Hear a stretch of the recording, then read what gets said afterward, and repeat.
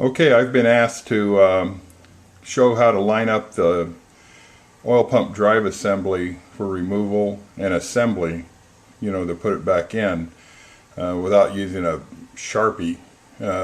Actually, this is the way it comes from the factory, like this. If you look at a new unit, on the inside, there on the left, you'll see that little white tab. That's a keeper, and that comes out of the factory like this, and that has to be removed, and that's to align the inside two holes. Otherwise, you can see down inside there's a little hole in the top of the wheel. So what we want to do is line this up so it comes back that way instead of marking it with a Sharpie or something, because that, the Sharpie mark could wash off or something like that could happen. Anyway, this is my stock unit here, and as you can see, the stock unit is clocked off of kilter from where one normally is. That's because I have an oil line down here that comes out of it to the oil sender unit to feed the bushing in there, but that's another subject. First thing you want to do is pull the cover off. I already took the screws out, and we can see the hole right now is right here, and this needs to turn over to over here. You might be able to see this line here. I actually etched a line in there the first time I ever took it out, but that kind of scared me, so I started doing it this way. I've had this thing out of here about 10 times. So what you need to get is a 3/4 inch socket and a ratchet. Make sure the Jeep is in neutral. If you got a standard, makes it a lot easier to turn the engine over.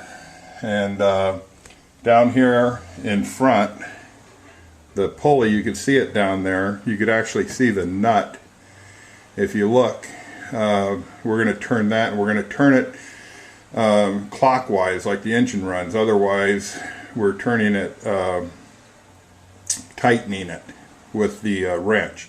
You don't want to turn it backwards, because one, you could loosen that bolt up. I doubt you would, but we don't want to do that. And then the other thing is, that's how the engine runs, so that's which way we're going to go. I got really long arms, so it's easy for me to reach down in here and get a wrench on it.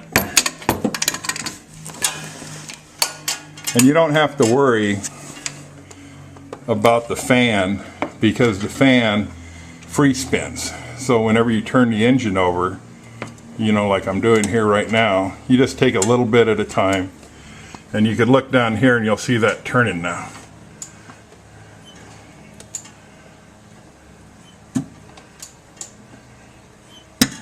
And when you get close,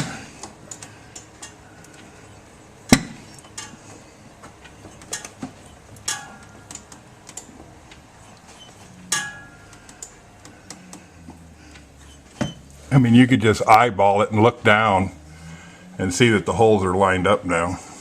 They're right on close. And you could drop a screwdriver down in there if you want to, or whatever you have, or you could even take your pin and stick it back in from the bottom to hold it if you wanted to.